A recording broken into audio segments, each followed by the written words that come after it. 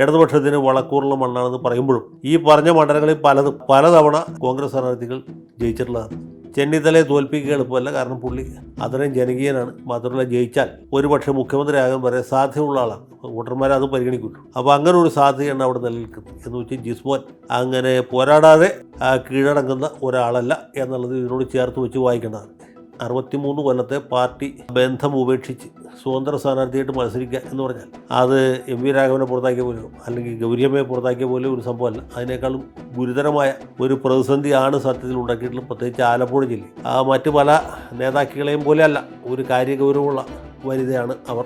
തീർച്ചയായിട്ടും ജയിക്കാവുന്ന അല്ലെങ്കിൽ ജയിച്ചാൽ മന്ത്രിയാക്കാൻ പരിഗണിക്കാവുന്ന ഒരു വനിതാ സ്ഥാനാർത്ഥിയുടെ പേര് എന്നോട് ചോദിച്ചാൽ ഞാൻ ഷാനിമോളുടെ പേര്. അവിടെ BJP വളരെ ശക്തമാണ്. അപ്പോൾ BJP സ്ഥാനാർത്ഥി എത്ര വോട്ട് ഭിന്നിപ്പിക്കും, അത് എവിടെ നിന്ന് ഭിന്നിപ്പിക്കും എന്നുള്ളത് ഈ തെരഞ്ഞെടുപ്പിൽ വളരെ പ്രസക്തമാണ്, വളരെ പ്രധാനമാണ്.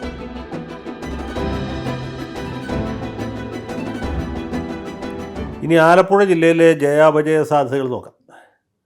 ഒറ്റ കേൾവിയിൽ LDFന് വലിയ പ്രാമുഖ്യമുള്ള LDFിൻ്റെ പടകുടീരങ്ങൾ സ്ഥിതി ചെയ്യുന്ന രക്തസാക്ഷി സ്മാരകങ്ങളുള്ള ഒരു ജില്ലയാണ് ആലപ്പുഴ. പുന്നപ്പുറയുടെയും വയലാറിൻ്റെയും മാരാരിക്കുളത്തിൻ്റെയും SL പുരത്തിൻ്റെയൊക്കെ വീരഗാഥകൾ നമ്മളൊക്കെ സ്കൂൾ ക്ലാസ്സുകൾ തൊട്ട് കേട്ടു തുടങ്ങിയതാണ്. വലിയ നേതാക്കന്മാരുണ്ടായിരുന്ന ഒരു പ്രദേശമാണ്. TV തോമസിനെ പോലെ, KV പത്രോസിനെ പോലെ, സുഗതൻ സാറിനെ പോലെ നിരവധി നേതാക്കൾ പണ്ട് കാലത്തുണ്ടായിരുന്നു. പിൽക്കാലത്ത് VS Achuthanandan, PK Chandranandan, KR Gouriamma, പിൽക്കാലത്ത് G സുധാകരൻ വരെ ഒരുപാട് നേതാക്കന്മാർ CPMനെ നയിച്ചവരുണ്ട്, CPI നയിച്ചവരുണ്ട്, ഒരുപാട് പേരുണ്ടായിരുന്നു. ഇപ്പോൾ ആ പുണ്യപുരുഷന്മാരൊക്കെ മരിച്ചുപോയി മിക്കവാറും. G സുധാകരനെ പോലെ ചിലർ മാത്രമേ ബാക്കിയുള്ളൂ. പിന്നെ തോമസ് ഐസക്കിനെ പോലുള്ള ആളുകൾ വന്ന് മത്സരിച്ച് ജയിച്ച് പിടിച്ചെടുത്ത പ്രദേശങ്ങളും അതിൻ്റെ അകത്തുണ്ട്.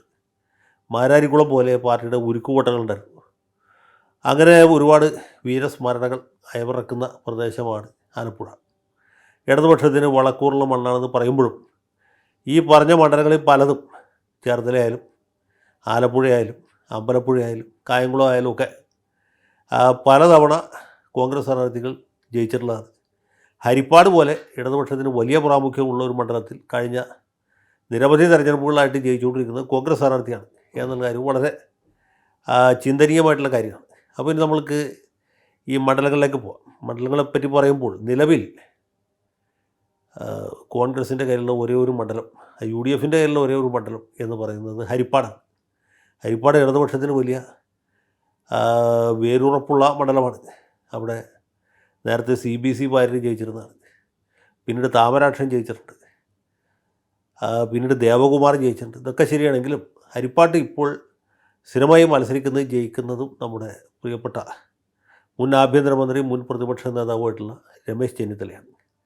ചെന്നിത്തലയെ ഒരു തെരഞ്ഞെടുപ്പിൽ തോൽപ്പിക്കുക എന്ന് പറഞ്ഞാൽ ഒട്ടും എളുപ്പമുള്ള കാര്യമല്ല.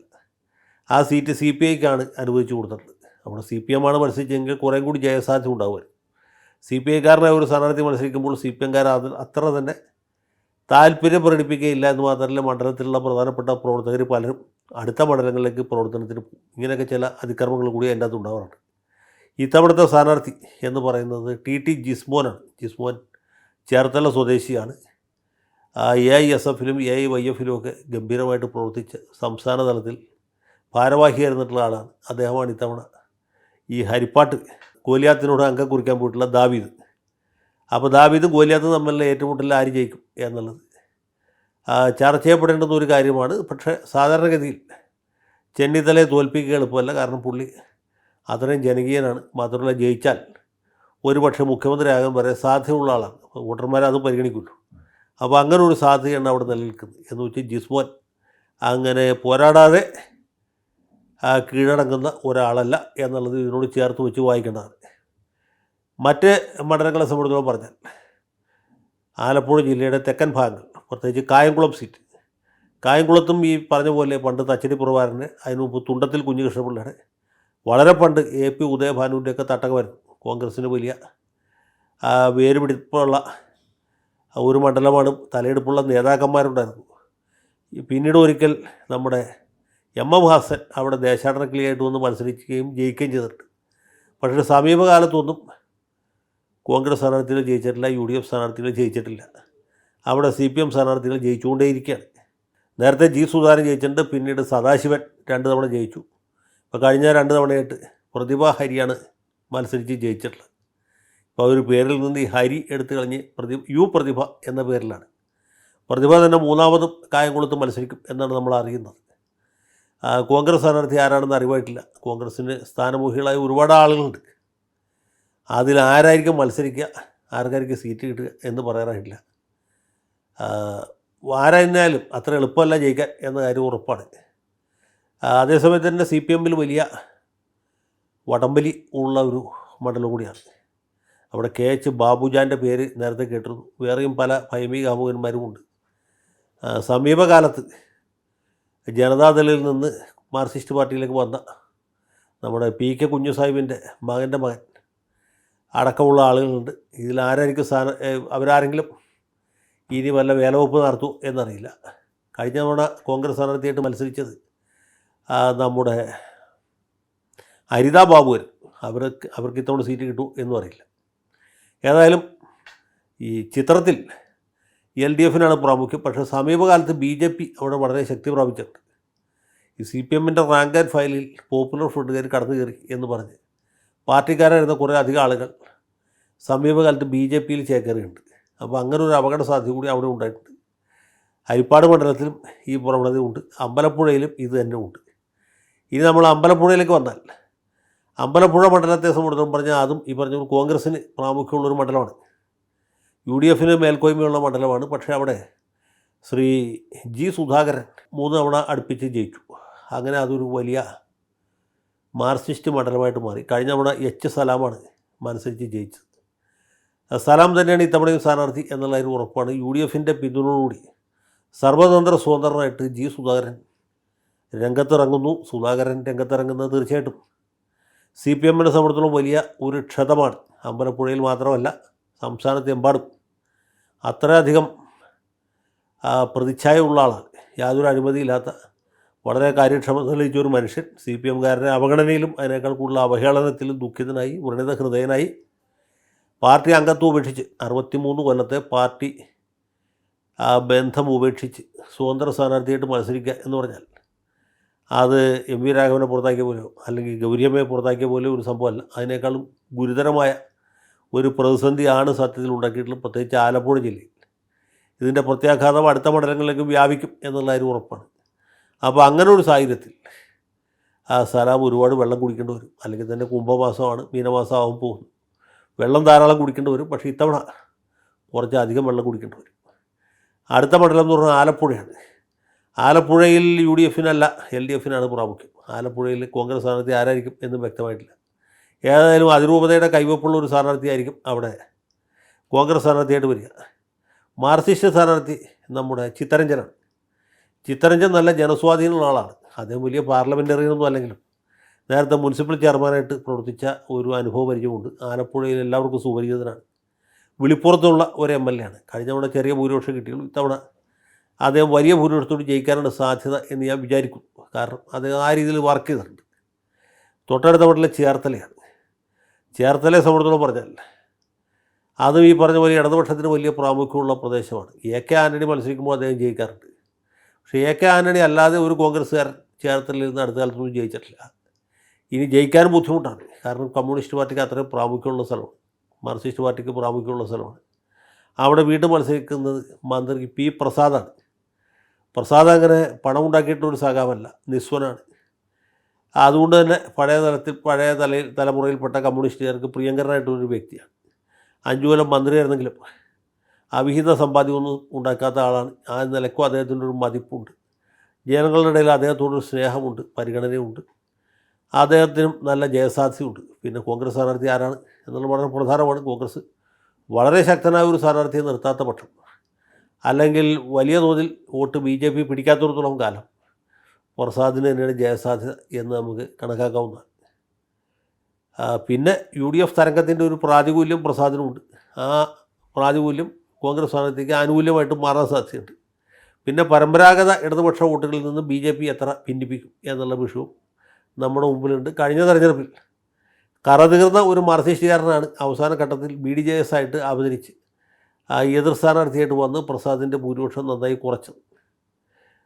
അതിൻ്റെ അപ്പുറത്തുള്ള മണ്ഡലം അഥവാ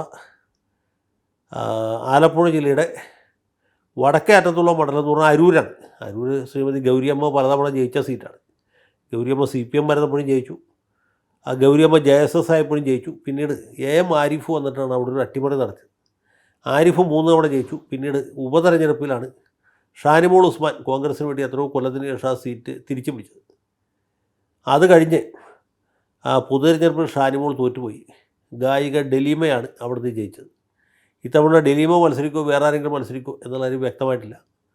കോൺഗ്രസ് സ്ഥാനാർത്ഥി മിക്കവാറും ഷാനിമോൾ തന്നെ ആയിരിക്കും എന്ന് കരുതപ്പെടുന്നു. കോൺഗ്രസ് നേതാവ് A ഷുക്കൂറും ഒരു അവകാശവാദം ഉന്നയിച്ചിട്ടുണ്ട്, ആർക്കായിരിക്കും സീറ്റ് കിട്ടുക എന്ന് പറയാൻ പറ്റില്ല. എന്നാലും ഷാനിമോളായിരിക്കും എന്നെനിക്ക് തോന്നുന്നു. ഷാനിമോൾ ജയിക്കാവുന്ന സ്ഥാനാർത്ഥിയാണ്, ജയിക്കേണ്ടത് സ്ഥാനാർത്ഥിയുമാണ്. UDFന് ഭൂരിപക്ഷം കിട്ടുകയാണെങ്കിൽ ഒരു മന്ത്രിസ്ഥാനത്തേക്കൊക്കെ പരിഗണിക്കപ്പെടാവുന്ന ഒരു നേതാവാണ്. മറ്റ് പല നേതാക്കളെയും പോലെയല്ല, ഒരു കാര്യഗൗരവമുള്ള വനിതയാണ് അവർ. തീർച്ചയായിട്ടും ജയിക്കാവുന്ന അല്ലെങ്കിൽ ജയിക്കേണ്ടത്, ജയിച്ചാൽ മന്ത്രിയാക്കാൻ പരിഗണിക്കാവുന്ന ഒരു വനിതാ സ്ഥാനാർത്ഥിയുടെ പേര് എന്നോട് ചോദിച്ചാൽ ഞാൻ ഷാനിമോളുടെ പേര് പറയും. അപ്പോൾ എൻ്റെ ഹിതമനുസരിച്ചോ ഗതമനുസരിച്ചിട്ടോ അല്ലല്ലോ അരൂരെ ആളുകൾ വോട്ട് ചെയ്യുന്നത്. പക്ഷേ വോട്ട് ചെയ്യുമ്പോൾ ആളുകളുടെ മനസ്സിലും ഈ അഭിപ്രായം ഉണ്ടാകും എന്നാണ് ഞാൻ വിചാരിക്കുന്നത്. ആലപ്പുഴ ജില്ലയിൽ ഇനി അവശേഷിക്കുന്ന ചില സീറ്റുകൾ കൂടിയുണ്ട്. അത് ഈ ആലപ്പുഴയുടെ തീരദേശ സ്വഭാവത്തിൽ നിന്ന് അല്പം വിട്ടു നിൽക്കുന്ന മണ്ഡലങ്ങളാണ്. ഒന്ന് കുട്ടനാടാണ്. കുട്ടനാടിനെ സംബന്ധിച്ച് ഓരോ മലയാളിക്കും ലജ്ജിക്കാവുന്ന പല കാര്യങ്ങളും ഇതിനകത്തുണ്ട്. എന്താണെന്ന് വെച്ചാൽ കുട്ടനാട് പേയ്മെൻറ്റ് സീറ്റാണ്. LDFൽ പേയ്മെൻറ്റ് സീറ്റാണ്. NCP നേതാവ് കുവൈറ്റ് ചാണ്ടിയാണ് അവിടെ മത്സരിച്ചത്. ചാണ്ടി മണ്ഡലത്തെ പരമാവധി അവഗണിച്ച ഒരാളാണ്. അതേസമയത്ത് അദ്ദേഹത്തിൻ്റെ ധാരാളം പൈസ ഉണ്ടായിരുന്നുകൊണ്ട് അദ്ദേഹം മത്സരിച്ചപ്പോഴൊക്കെ ജയിക്കുകയും ചെയ്തു. അദ്ദേഹം മരിക്കുന്നതിന് മുമ്പ് ആ സീറ്റ് മരണപത്രം എഴുതി വെച്ചു. എൻ്റെ മരണശേഷം ഈ സീറ്റിൻ്റെ അവകാശി എൻ്റെ അനുജൻ തോമസ് ആയിരിക്കും, തോമസ് K. തോമസ്. അങ്ങനെ തോമസ് സ്ഥാനാർത്ഥിയായി അദ്ദേഹം ജയിച്ചു. ഇതേ പ്രവണത തന്നെയാണ് മറുഭാഗത്ത് ജോസഫ് ഗ്രൂപ്പിലുള്ളത്, അവിടെ UDFിലുള്ളത്. ആ സീറ്റ് കോൺഗ്രസ് ഏറ്റെടുത്ത് അവിടെ നല്ലൊരു ശക്തനായ സ്ഥാനാർത്ഥിയെ നിർത്തിയാൽ ജയിക്കാവുന്നുള്ളൂ. പക്ഷേ ഒരിക്കലും അത് ചെയ്യില്ല, ചെയ്യാനായിട്ട് പറ്റുകയില്ല. കേരള കോൺഗ്രസ് ജോസഫ് ഗ്രൂപ്പുകാരുടെ ഒരു പേയ്മെൻറ്റ് സീറ്റാണ്. അവിടെ അതിന് പറ്റിയ ഒരു സ്ഥാനാർത്ഥി അവർ രംഗത്തിറക്കാൻ പോവുകയാണ്. ഇതാണ് കുട്ടനാടിൻ്റെ ഒരു ഫലശ്രുതി. BJP BDS ശക്തമാണ്. പ്രത്യേകിച്ച് ഈഴവ സമുദായത്തിന് വലിയ പ്രാമുഖ്യമുള്ളൊരു പ്രദേശമാണ്. ഈഴവരും പട്ടികജാതിക്കാരും ധാരാളമുണ്ട്. അപ്പോൾ അവരുടെ വോട്ടുകൾ കൺസോളിഡേറ്റ് ചെയ്യുകയാണെങ്കിൽ ഒരുപക്ഷെ BJP BDS സ്ഥാനാർത്ഥിക്ക് ജയിക്കാൻ പോലും സാധ്യത കൽപ്പിക്കുന്ന ഒരു മണ്ഡലമാണ് കുട്ടനാട്. തൊട്ടപ്പുറത്തെ ഒരു മണ്ഡലം എന്ന് പറഞ്ഞാൽ നമ്മുടെ സജി ചെറിയാൻ്റെ ചെങ്ങന്നൂരാണ്. ചെങ്ങന്നൂരിനെ സംബന്ധിച്ചിടത്തോളം പറഞ്ഞാൽ അത് അത്ര ഒരു ഇടതുപക്ഷ പ്രാമുഖ്യമുള്ള മണ്ഡലമല്ല. നേരത്തെ ശ്രീമതി ശോഭന ജോർജ് കോൺഗ്രസ് സ്ഥാനാർത്ഥിയായിട്ട് ജയിച്ചുകൊണ്ടിരുന്നതാണ്. ശോഭന DICയിൽ പോയതിനു ശേഷം വിഷ്ണുനാഥ് 2 തവണ ജയിച്ചു. പിന്നീട് KK രാമചന്ദ്രൻ നായർ മുൻനിർത്തിയാണ് LDF ഈ സീറ്റ് പിടിച്ചെടുത്തത്. രാമചന്ദ്രൻ നായരുടെ മരണത്തിന് ശേഷം ഉപതെരഞ്ഞെടുപ്പിൽ സജി ചെറിയാൻ ഈ സാമുദായികമായിട്ടും വലിയ ചേരിതിരിവുണ്ടാക്കി ഓർത്തഡോക്സുകാരെയും CSIക്കാരെയും മാർത്തോമക്കാരുടെയൊക്കെ വോട്ടുകൾ സമാഹരിച്ച്, അതൊക്കെ സാധാരണയിൽ കോൺഗ്രസ് കിട്ടേണ്ടിയിരുന്ന വോട്ടുകളാണ്. അതൊക്കെ CPMൻ്റെ പരിധിക്കകത്ത് കൊണ്ടുവന്ന് അദ്ദേഹം ജയിക്കുകയാണ് ചെയ്തത്. ഇത്തവണയും സജി ചെറിയാനാണ് മത്സരിക്കാൻ സാധ്യത. അപ്പോൾ സജി ചെറിയാൻ എന്തുമാത്രം മുന്നേറ്റം ഉണ്ടാക്കാൻ പറ്റും, അതൊരു പരമ്പരാഗത കോൺഗ്രസ് സീറ്റ് കോൺഗ്രസ് പാർട്ടി തിരിച്ചു പിടിക്കുമോ എന്നുള്ളതാണ് നമ്മുടെ മുമ്പിലുള്ള ചിന്താ വിഷയം. സ്ഥാനാർത്ഥി ആരാണ് എന്ന കാര്യത്തിൽ ഇത് പറയുന്ന സമയത്ത് വ്യക്തത ഉണ്ടായിട്ടില്ല. ഒരു പക്ഷേ അധികം വൈകാതെ വ്യക്തത ഉണ്ടാവും എന്ന് വിചാരിക്കുന്നു. നല്ലപോലെ വർക്ക് ചെയ്യുകയാണെങ്കിൽ കോൺഗ്രസ്സിന് ജയിക്കാവുന്ന ഒരു മണ്ഡലമാണ് ചെങ്ങന്നൂർ. അവിടെ BJPയും വളരെ ശക്തമാണ്. അപ്പോൾ BJP സ്ഥാനാർത്ഥി എത്ര വോട്ട് ഭിന്നിപ്പിക്കും, അത് എവിടെ നിന്ന് ഭിന്നിപ്പിക്കും എന്നുള്ളത് ഈ തെരഞ്ഞെടുപ്പിൽ വളരെ പ്രസക്തമാണ്, വളരെ പ്രധാനമാണ്.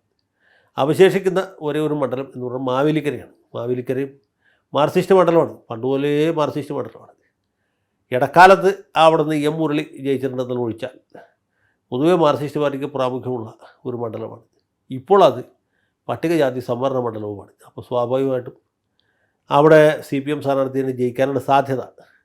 പിന്നെ ശ്രീമാൻ കൊടിക്കുന്നിൽ സുരേഷ് ഈ സീറ്റ് നോക്കുന്നുണ്ട് എന്ന് കേൾക്കുന്നു. കൊടിക്കുന്നിലാണെങ്കിൽ ചില വ്യത്യാസം വരും. കാരണം കൊടിക്കുന്നിൽ മാറ്റു തരത്തിൽ സമ്പന്നനാണ്, പ്രബലനാണ്, ആൾ സ്വാധീനമുള്ളവനാണ്. എങ്കിൽ നല്ലൊരു മത്സരം ഉണ്ടാക്കാൻ പറ്റും. പക്ഷേ ലഗ്നാലും ചന്ദ്രാലും അവിടെ CPM സ്ഥാനാർത്ഥി ജയിക്കാനാണ് കൂടുതൽ സാധ്യത കാണുന്നത്.